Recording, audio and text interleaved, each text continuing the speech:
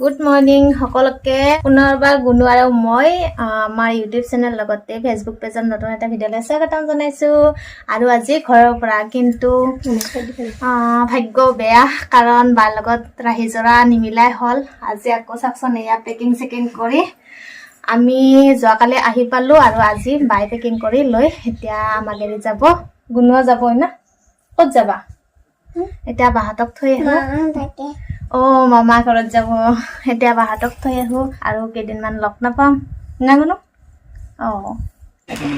যাবা নেকি দে? যাবা না? দিদিক থবা যাবা? আজি দিদিক লগ নাপোৱা চাওঁ। দিদি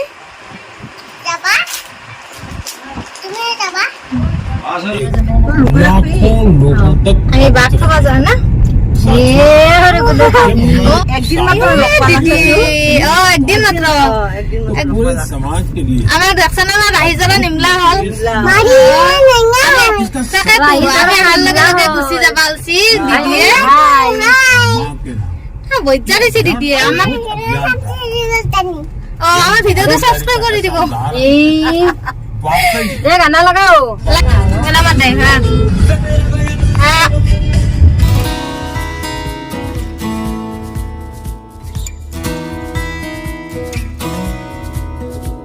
লাগা নাই দে।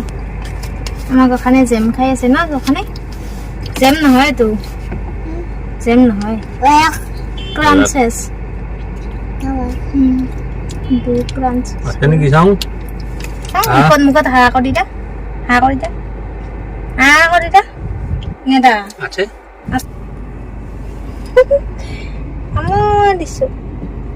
আমো দিছো এইফালে মাহঁতৰ হয় নাই। ফাইনেলি পাই গলো আহি, আৰু এয়া দেখিছেনে পুৰা বিয়াৰ ৰভা দি আছে। এয়া ৰভা দিয়াৰ সময়ত আহিলো আৰু নেক্সট দুদিনমান দেৰিকৈ বিয়ালৈ আহিব লাগিব। গতিকে আপোনালোকে থাকিব, বিয়া ব্লগ আহিছে আৰু কাৰ বিয়া সকলো জনাম।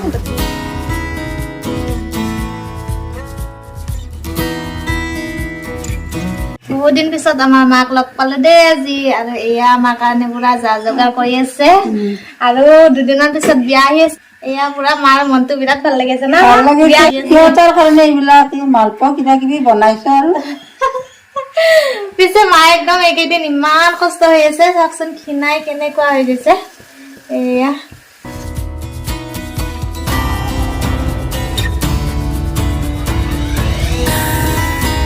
গোখানিৰ যে অভ্যাসটো একেবাৰে বেয়া হৈ গৈছে, মানে মাংস নহ'লে তাই ভাতে নাখায় আৰু এনেতো একো নাখায়। সেইকাৰণে পাপাকে পূৰা মাংস ল'বলৈ এয়া দোকান আহিছে।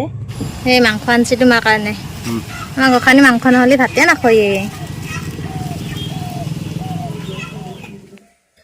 এয়া সেইবাৰ ওলালো মা আৰু মই সকামলে বুলি, আমাৰ ঘৰৰে মানুহ হয়। আৰু সকামলে বুলি ওলাই আহি এয়া দেখিছেনে খুৰীমাহঁতৰ ঘৰতে সোমাই গ'লোঁ। এয়া আমি সকলোৱে একেলগে পূৰা বহি কথাৰ মহলা মাৰি আছোঁ, মানে কিবা কিবি কথা ওলাই থাকে এনেকৈ বহিলে। আৰু যিহেতু ভাত হোৱা নাই সেইকাৰণে ইয়াতে বহিলোঁ। ইফালে মা আৰু খুৰীমা মানে দুই জা মিলি কথা পাতি আছে।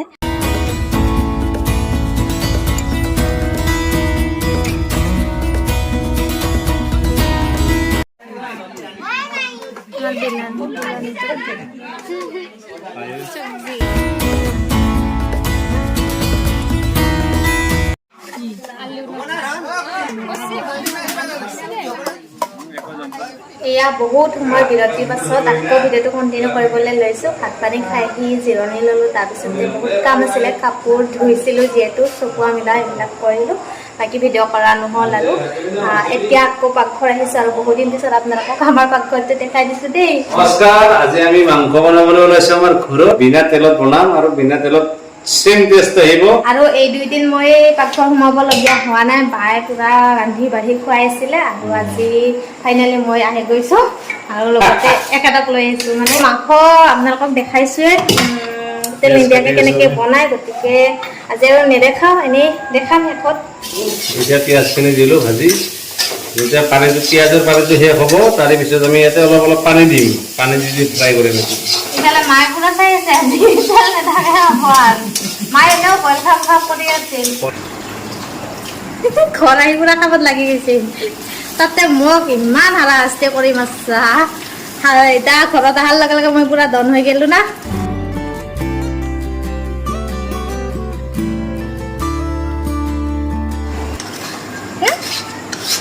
মাংস নাখাওঁ নাজানে পাপাই খাব দে গোখানিৰ কাৰণে পাপাকে মাংস আনিলে কিন্তু এয়া দেখিছেনে গোখানি পুৰা টোপনিত লালকাল আজি দিনটো তাই টোপনি ভালকৈ নহ'ল সেইকাৰণে এতিয়া সোনকালে টোপনি আহি গ'ল আৰু এতিয়া ভাতো নাখাব আৰু তাই এয়া ভাত দিলোঁ এইফালে মাছ পুৰা গুড়া কৰি ভাজিছে আজি বনাই মা কেনে আহিছি বইল চিকেন দেউতা